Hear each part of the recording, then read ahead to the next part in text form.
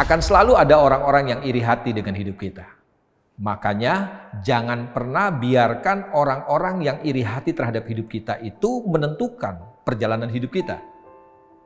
Harusnya kita memutuskan untuk masa bodoh dengan sikap orang yang iri hati terhadap hidup kita. Apa sih definisi yang paling mudah dari iri hati?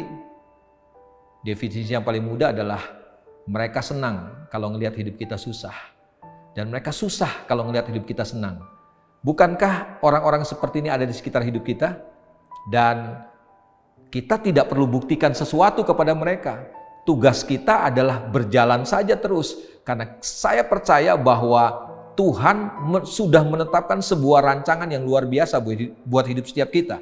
Ada satu contoh dalam Alkitab tentang jemaat di Antioquia. Kisah Para Rasul pasal 13, kita bisa membaca mulai ayat yang ke-50 sampai dengan ayat yang ke-52. Di sana mencatat tentang jemaat Antioquia yang dianggap oleh orang-orang Yahudi adalah orang-orang kafir. Tetapi kemudian yang terjadi adalah mereka menerima keselamatan. Ketika Paulus dan Barnabas menyampaikan kabar baik, mereka menerima kabar baik itu dan menyerahkan hidup mereka kepada Tuhan. Mereka menerima keselamatan dan yang terjadi adalah orang-orang Yahudi iri hati melihat kenyataan bahwa ada orang-orang kafir yang diselamatkan. Tetapi ini kabar baiknya buat setiap kita. Jemaat Antioquia memutuskan untuk tetap bersukacita. Bukankah banyak kali ketika kita tahu ada orang-orang yang iri hati dengan hidup kita jadi terganggu. Semangat kita jadi menurun, gairah kita jadi menurun, kita jadi malas melakukan segala sesuatu. Bapak Ibu saudara kasih Tuhan, orang-orang yang iri hati itu adalah orang-orang yang krisis sukacita. Harusnya sukacita kita tidak dipengaruhi oleh orang-orang yang demikian.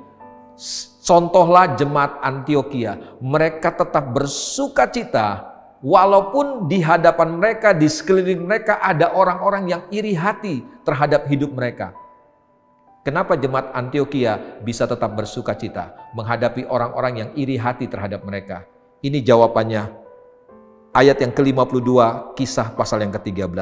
Dan murid-murid di Antioquia penuh dengan sukacita dan dengan Roh Kudus. Saya percaya ada Roh Kudus yang Tuhan sudah anugerahkan buat setiap kita. Ada Roh Kudus yang Tuhan sudah taruh dalam hidup kita. Dan Roh Kudus itu adalah sumber sukacita buat setiap kita. Tetaplah bersukacita karena ada Roh Kudus dalam hidup setiap kita. Apapun sikap orang kepada kita, mereka irikah terhadap hidup kita, irikah terhadap pencapaian kita, saya mau katakan tetap bersukacita karena ada Roh Kudus dalam hidup setiap kita. Tuhan memberkati kita semua.